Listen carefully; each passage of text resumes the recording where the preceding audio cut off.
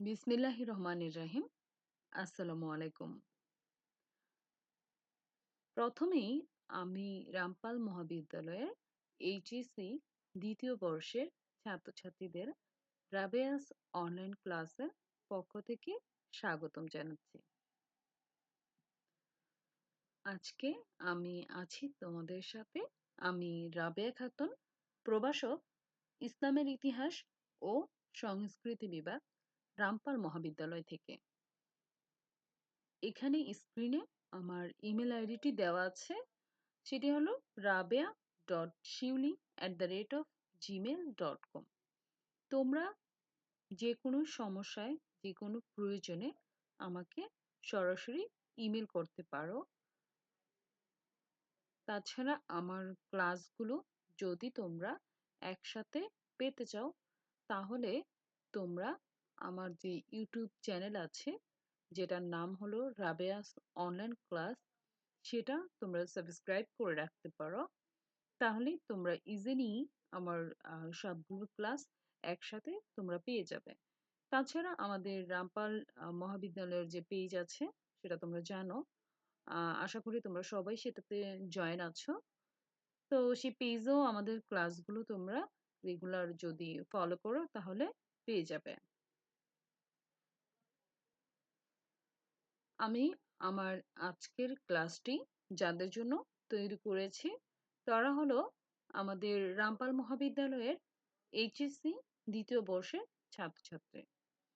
আমি আজকে তোমাদের পড়াবো ইসলামের ইতিহাস ও সংস্কৃতি বিষয়ের দ্বিতীয় পত্র।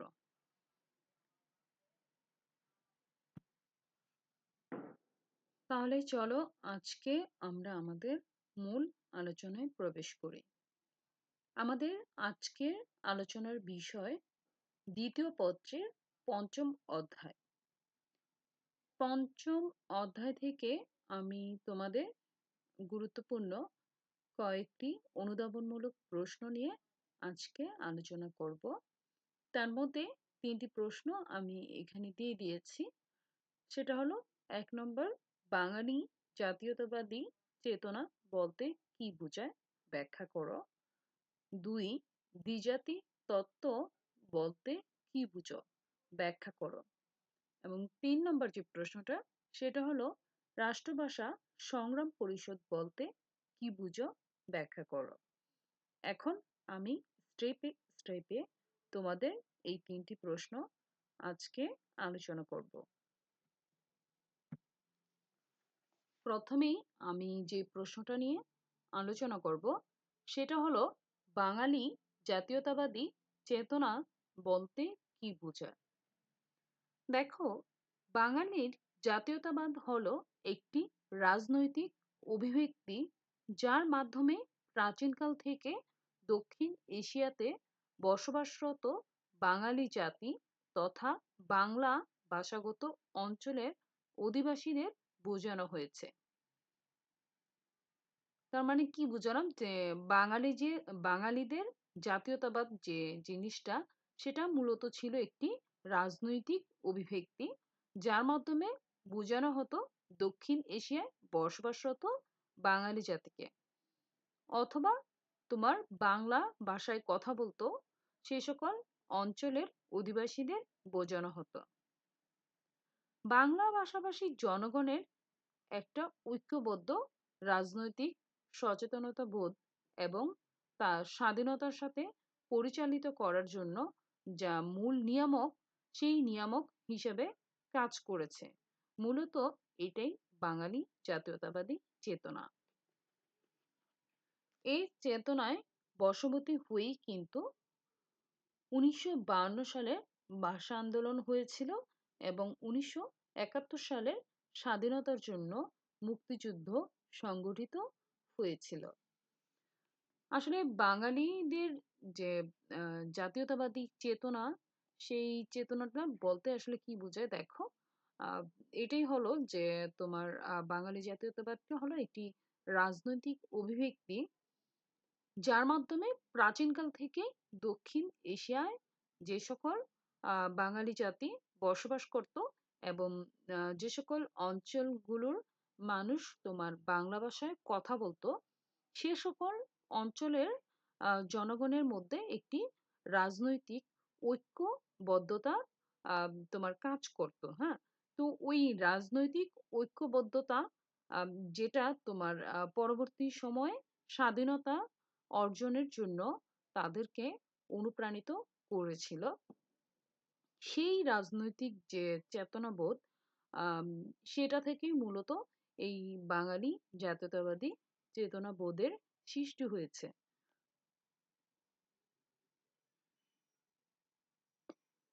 এই বাঙালি জাতীয়তাবাদী চেতনার তোমার সৃষ্টি হয়েছে বলেই কিন্তু ১৯৫২ সালে আম তোমার যে ২১শে ফেব্রুয়ারির যে তোমার আ স্মরণীয় ঘটনাগুলো, সেই স্মরণীয় ঘটনাগুলো আ ঘটেছিল।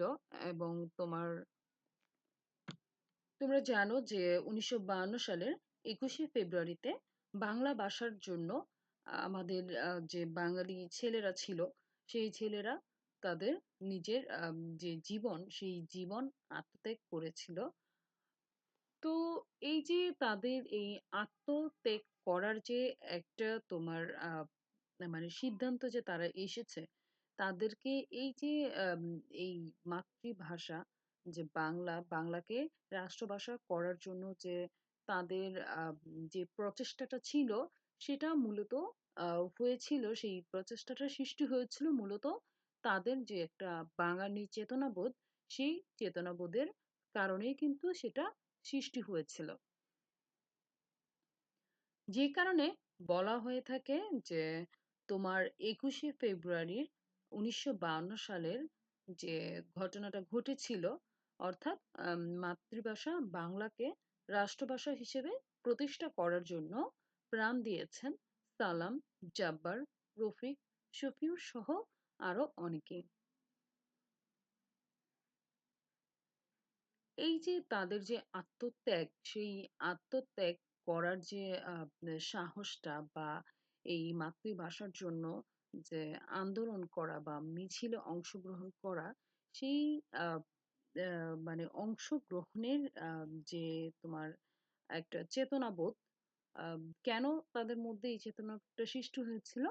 যে তারা হলো বাঙালি এবং তাদের মাতৃভাষা হলো বাংলা। সো আম বাংলা ভাষাই হবে তাদের রাষ্ট্রীয় ভাষা। এই যে তাদের একটা ঐক্যবদ্ধ যে একটা চেতনাবোধ, সেই চেতনাবোধটাই তোমার ওই সময়ে তোমার একটি জাতীয়তাবাদী চেতনায় রূপ নিয়েছিল। তো বলা হয়ে থাকে যে বাঙালি জাতীয়তাবাদী চেতনার বীজ, সেটা নিহিত ছিল তোমার এই ১৯৫২ সালের ২১শে ফেব্রুয়ারির যে আ রাষ্ট্রভাষার দাবিতে যে ভাষা আন্দোলন হয়েছিল, সেই ভাষা আন্দোলনের মধ্যে। পরবর্তীতে তোমার এই যে ১৯৫২ সালের ২১শে ফেব্রুয়ারির ভাষা আন্দোলনের আ মাধ্যমে যে তোমার একটি জাতীয়তাবাদী চেতনার ফুটন হয়েছিল, সেটার কিন্তু তোমার প্রভাব পড়েছিল যে পরবর্তী আ যে আন্দোলনগুলো হয়েছিল, যেমন ১৯৬৯ এর গণঅভ্যুত্থানের কথা বলতে পারি আমরা। তারপর তোমার ১৯৫৪ সালে যে যে নির্বাচনটা হয়েছিল, যুক্তফ্রন্ট নির্বাচন, সেখানেও কিন্তু তোমার এই জাতীয়তাবাদী চেতনাবোধটা কাজ করেছিল। এবং তোমার আ বাঙালিরা কিন্তু বিপুল ভোটে জয়লাভ করেছিল। এটা অবশ্য ১৯৬৯ এর আগেই, অর্থাৎ ১৯৫৪ সালের ঘটনা। তারপরে দেখো ১৯৬৬ সালে বঙ্গবন্ধু শেখ মুজিবুর রহমান আ ঐতিহাসিক ৬ দফা ঘোষণা করেছিলেন। সেখানেও কিন্তু তোমার বাঙালি জনগণ কিন্তু সেটার সাপোর্ট করেছিল এবং সমর্থন করেছিল। এই যে সমর্থন করাটা, সেই সমর্থনের পেছনে কিন্তু তোমার এই যে বাঙালি জাতীয়তাবাদী চেতনাবোধ, সেটা কিন্তু কাজ করেছিল। এবং পরবর্তী সময়ে ১৯৭১ সালে আ উম আ তোমার বঙ্গবন্ধু শেখ মুজিবুর রহমানের নেতৃত্বে বাঙালি আ বাঙালির জনগণ যে মুক্তিযুদ্ধে অংশগ্রহণ করেছিল, সেটাও মূলত হয়েছিল এই যে তাদের মধ্যে বাঙালি জাতীয়তাবাদী যে একটা চেতনা, সেই চেতনাবোধটা জাগ্রত হওয়ার কারণেই। তো এই হলো বাঙালি জাতীয়তাবাদী চেতনা। তো এটা তোমরা আরেকটু ভালো করে ডিটেলস সাজিয়ে লিখে নোট করে রাখবে। এটা খুবই একটা গুরুত্বপূর্ণ প্রশ্ন। আরেকটা গুরুত্বপূর্ণ প্রশ্ন হলো যে দ্বিজাতি তত্ত্ব বলতে কি বোঝো? এখানে দেখো, দ্বিজাতি অর্থাৎ কি? দুইটা জাতি। এবং এই দুই জাতির যে তত্ত্ব সেটা আসলে কি? এই দ্বিজাতি তত্ত্বের প্রবক্তা ছিলেন মুহাম্মদ আলী জিন্নাহ, যিনি 1940 সালের 22 মার্চ লাহোর, যেটা বর্তমানে পাকিস্তানে অবস্থিত, সেই লাহোরে অনুষ্ঠিত মুসলিম লীগের 27তম অধিবেশনে একটি ঘোষণা দেন। যে ঘোষণাটি মূলত দ্বিজাতি তত্ত্ব নামে পরিচিত। তবে আসলে কি ঘোষণা দিয়েছিলেন সেই বিষয়টা তোমাদের অবশ্যই জানতে হবে। কারণ তোমরা যদি সেই ঘোষণাটি যদি উল্লেখ না করো, তাহলে কিন্তু তোমার এই তত্ত্বটা কিন্তু আহ, মানে পরিপূর্ণ হবে না। তো দেখো তিনি আসলে কি বলেছিলেন। ওই সময় নেহরু রিপোর্ট নামে একটা রিপোর্ট প্রদান করা হয়েছিল। সেই রিপোর্টের প্রেক্ষাপটে মোহাম্মদ আলী জিন্নাহ ঘোষণা দিয়েছিলেন যে ভারতে হিন্দু মুসলিম দুটি আলাদা জাতি, উভয়ের ধর্ম, সামাজিক রীতিনীতি এবং ইতিহাস ঐতিহ্য সম্পূর্ণই কি আলাদা বা পৃথক।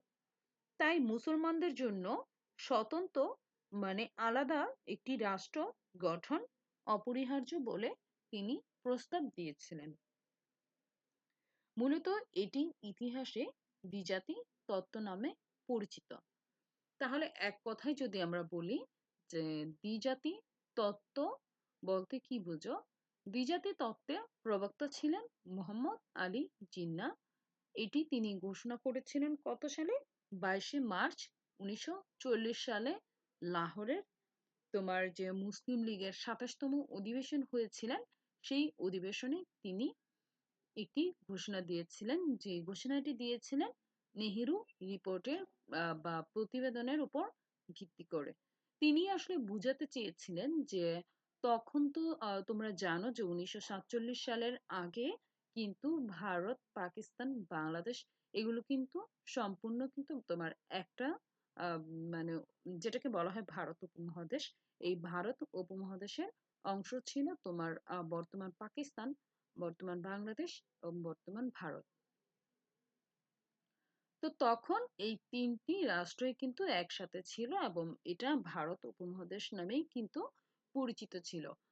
তো এই মোহাম্মদ আলী জিন্নাহ লাহোরের 27তম মুসলিম লীগের অধিবেশনে ঘোষণা করেছিলেন যে ভারতে হিন্দু এবং মুসলিম দুই ধরনের জাতি বেসিক্যালি তোমার বসবাস করে। তো যাদের ধর্ম, ঐতিহ্য সবকিছুই কিন্তু তোমার পৃথক। হ্যাঁ, তো এই যে তোমার পৃথক ধর্ম, সামাজিক রীতিনীতি এবং ইতিহাস ঐতিহ্য, তাই তোমার তিনি বলেছিলেন যে প্রস্তাব করেছিলেন যে এই দুইটি পৃথক জাতির জন্য আলাদা করে দুটি জাতি গঠন করা হোক, অর্থাৎ দুইটি রাষ্ট্র গঠন করা হোক। মূলত তিনি ধর্মের ভিত্তিতেই আম, ধর্ম যেহেতু তোমার কি ছিল হিন্দু এবং মুসলিম ধর্ম, তোমার এই দুইটা ধর্মকে কেন্দ্র করেই তিনি আসলে বলেছিলেন যে যখন ভারত উপমহাদেশকে বিভক্ত করা হবে, তখন এই যে তোমার বিপরীত ধর্মী যে ধর্মের জনগোষ্ঠী, এই জনগোষ্ঠীদের ধর্মের ভিত্তিতেই মূলত ভাগ করে দুটি রাষ্ট্র গঠন করা হোক। তিনি এই প্রস্তাবটা করেছিলেন। কোথায় করেছিলেন? তোমার লাহোরের আহ, অনুষ্ঠিত মুসলিম লীগের 27তম অধিবেশনে। পরবর্তী সময়ে মূলত এই যে মোহাম্মদ আলী জিন্নাহর দ্বিজাতি তত্ত্ব, এই দ্বিজাতি তত্ত্বের উপর ভিত্তি করে মূলত 1947 সালে তোমার ভারত এবং পাকিস্তান রাষ্ট্রের সৃষ্টি হয়েছিল। এবং এই পাকিস্তান রাষ্ট্রের আহ, দুটি অংশ ছিল, একটি হলো পূর্ব বাংলা আর একটি হলো তোমার পশ্চিম বাংলা। সরি, হ্যাঁ, পশ্চিম বাংলা। তো এই পশ্চিম বাংলা মূলত পশ্চিম পাকিস্তানিদের যে অংশ ছিল, আর তোমার পূর্ব বাংলায় যারা ছিল, যেটা বা পূর্ব পাকিস্তান, যেটা আরকি পূর্ব বাংলা বলা হয় না, বলা হতো যে পূর্ব পাকিস্তান এবং পশ্চিম পাকিস্তান। পশ্চিম পাকিস্তান ছিল বর্তমান যে পাকিস্তান আর যে অংশটা, সেটা ছিল পশ্চিম পাকিস্তানের অংশ, এবং যে বর্তমান যে বাংলাদেশ, সেই বাংলাদেশটা ছিল তোমার পূর্ব পাকিস্তানের অংশ। তো এই পূর্ব পাকিস্তান এবং পশ্চিম পাকিস্তান মিলে তোমার একটি রাষ্ট্র হয়েছিল, সেটা হলো পাকিস্তান রাষ্ট্র। এবং তোমার ওই সময় 1947 সালে তোমার এই যে দ্বিজাতি তত্ত্ব, এই দ্বিজাতি তত্ত্বের উপর ভিত্তি করে কিন্তু ব্রিটিশ সরকার তোমার তোমার হিন্দু ধর্মাবলম্বী যারা ছিলেন, অর্থাৎ ভারতীয়দেরকে কিন্তু আলাদা একটি রাষ্ট্র প্রদান করেছিলেন। তো এই দ্বিজাতি তত্ত্বটা খুবই গুরুত্বপূর্ণ। তোমরা এটা ভালো করে ডিটেলস পড়ে নিবে। তারপরে যে প্রশ্নটা, সেটা হলো রাষ্ট্রভাষা সংগ্রাম পরিষদ বলতে কি বোঝো? একটু আগে আমি তোমাদের যে ২ নম্বর প্রশ্নটা পড়েছি, সেখানে আমি তোমাদের বলেছিলাম যে মোহাম্মদ আলী জিন্নাহ যে দ্বিজাতি তত্ত্ব ঘোষণা করেছিলেন, সেই দ্বিজাতি তত্ত্বের ঘোষণার পরপরই কিন্তু ব্রিটিশ সরকার তোমার 1947 সালে কি করেছিলেন, আম হিন্দু ধর্ম অবলম্বনকারীদের তোমার এবং হিন্দু যে সম্প্রদায় ছিল তাদেরকে নিয়ে কি ভারত রাষ্ট্র প্রতিষ্ঠা করেছিলেন, দিয়েছিলেন। এবং তোমার যে মুসলিম কান্ট্রিজ গুলো, মানে তোমার পশ্চিম পাকিস্তান এবং পূর্ব পাকিস্তানের যে জনগণ, এরা তো মুসলমান ছিল। তো এই যে ধর্ম, এই ধর্মের উপর ভিত্তি করে কিন্তু তোমার দুটি রাষ্ট্রের সৃষ্টি হয়েছিল, একটি কি তোমার পাকিস্তান রাষ্ট্র, আর একটি হলো ভারত। তো দেখো, তোমার এই যে ভারত তো আলাদা হয়ে গেল 1947 সালে, কিন্তু পাকিস্তানের কিন্তু আবার দুইটি অংশ ছিল। একটি তোমাদের বলেছি একটু আগে যে একটি ছিল তোমার পশ্চিম পাকিস্তান, আর একটি হলো পূর্ব পাকিস্তান। এবং আমাদের যে বর্তমান আমরা বাংলাদেশি যারা আছি, আহ, এরা ছিলাম পূর্ব পাকিস্তানের অংশ। দেখো, পাকিস্তান রাষ্ট্র সৃষ্টির পর থেকে কিন্তু আহ, তোমার যে ব্রিটিশ ব্রিটিশ সরকার না, পাকিস্তান যে সরকার ছিল, মানে মুসলিম লীগ তখন ক্ষমতায় ছিল। আর এই মুসলিম লীগের যে তোমার প্রধান ছিল, আহ, এবং মুসলিম লীগের যে যে সকল নেতাকর্মীরা ছিল, অধিকাংশই কিন্তু তোমার ছিল পশ্চিম পাকিস্তানের। মূলত পূর্ব পাকিস্তানের জনগণ তোমার পশ্চিম পাকিস্তানিদের কাছে নিষ্পেষিত ছিল, এবং এরা বিভিন্ন বিষয়ে তাদেরকে হেয় প্রতিপন্ন করার চেষ্টা করত। তোমরা জানো যে 1971 সালে কিন্তু এইসব কারণেই কিন্তু তোমার 1971 সালে কি হয়েছিল, যুদ্ধ করে আম, তাদের কাছ থেকে এই আমাদের এই বাংলাদেশকে ছিনিয়ে আনতে হয়েছিল। তো এই যে তাদের সাথে পূর্ব পাকিস্তান এবং পশ্চিম পাকিস্তানের মধ্যে যে দ্বন্দ্ব, এই দ্বন্দ্বটার প্রথম যে ইস্যুটা ছিল, সেটা হলো তোমার 1952 সালের 21শে ফেব্রুয়ারির আহ, তে যে ভাষা আন্দোলনটা হয়েছিল, সেই ভাষা আন্দোলন। তবে এটা কিন্তু একদিনই কিন্তু হয়নি। এটা শুরু হয়েছিল 1947 সালে, যখন কিনা মোহাম্মদ আলী জিন্নাহ বলেছিলেন যে Urdu and Urdu shall be the state shall be the state language of Pakistan. মানে কি, উর্দু এবং উর্দুই হবে পাকিস্তানের একমাত্র রাষ্ট্রভাষা। তো এই ঘোষণাটা দেওয়ার পর থেকেই কিন্তু বাঙালি যে জনগণ ছিল, বিশেষ করে ছাত্র সমাজ, সেটা মেনে নিতে পারেনি। তারা চেয়েছিল যে তাদের যে মাতৃভাষা বাংলা, সেই মাতৃভাষা বাংলাকে অন্যতম একটি রাষ্ট্রভাষা হিসেবে মর্যাদা দেওয়া হোক। কেননা তোমার এখানে প্রায় 56% মানুষের মুখের ভাষা ছিল কিন্তু তোমার বাংলা। তাহলে দেখো, যেখানে অধিকাংশের মুখের ভাষা ছিল বাংলা, স্বাভাবিকভাবে কিন্তু রাষ্ট্রভাষা বাংলা হবার কথা ছিল। কিন্তু পাকিস্তানি দোসররা কিন্তু তোমার সেটা মেনে নেয়নি, বরং তারা উর্দুকেই রাষ্ট্রভাষা করার সিদ্ধান্ত নিয়েছিল। যে কারণে বাংলার যে দমাল ছেলেরা ছিল, তারা কিন্তু আহ, নিজেদের যে মাতৃভাষা বাংলা, সেটা মানে সেটাকে রাষ্ট্রভাষা হিসেবে মর্যাদা দেওয়ার জন্য তাদের যে আন্দোলন, সেটা তারা চালিয়ে গিয়েছিল। সেই আন্দোলনের শুরুতেই তারা একটি মানে একটি সংগঠন প্রতিষ্ঠা করেছিলেন। সেটা হলো তোমার রাষ্ট্রভাষা সংগ্রাম পরিষদ। এই ভাষা আন্দোলনকে সাংগঠনিকভাবে পরিচালনার জন্য 1948 সালের 2 মার্চ ঢাকা বিশ্ববিদ্যালয়ের ফজলুল হক হলে যা তোমার রাষ্ট্রভাষা সংগ্রাম পরিষদ নামে একটি সংগঠন গঠন করা হয়েছিল। এই পরিষদ নিম্নলিখিত সংগঠনগুলোর প্রত্যেকটি থেকে 2 জন করে সদস্য নিয়ে গঠন করা হয়েছিল। এই যে তোমার রাষ্ট্রভাষা সংগ্রাম পরিষদ, এই রাষ্ট্রভাষা সংগ্রাম পরিষদটা মূলত যে ওই সময় যে বিভিন্ন মানে বিভিন্ন সংগঠনগুলো ছিল, বা বিভিন্ন পরিষদ, বিভিন্ন মজলিস গুলো ছিল, সেখান থেকে 2 জন করে সদস্যকে নিয়ে এই রাষ্ট্রভাষা সংগ্রাম পরিষদটা গঠন করা হয়েছিল।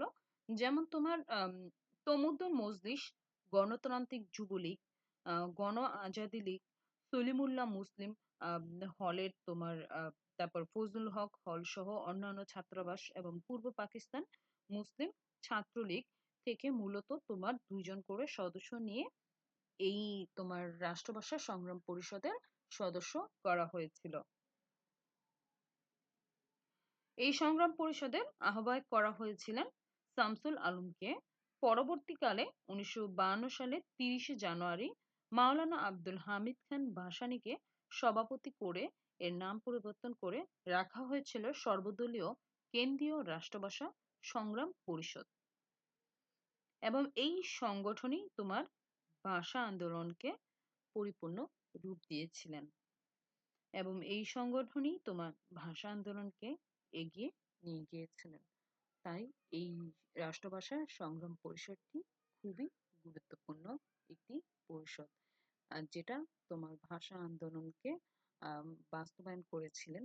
এবং এই যে আমাদের যে আজকের যে আমরা মাতৃভাষা বাংলায় কথা বলছি, সেই কথা বলার যে সূচনাটা বা এই কথা বলার যে একটা সুযোগ, সেই সুযোগটা কিন্তু তোমার এই রাষ্ট্রভাষা সংগ্রাম পরিষদে আহ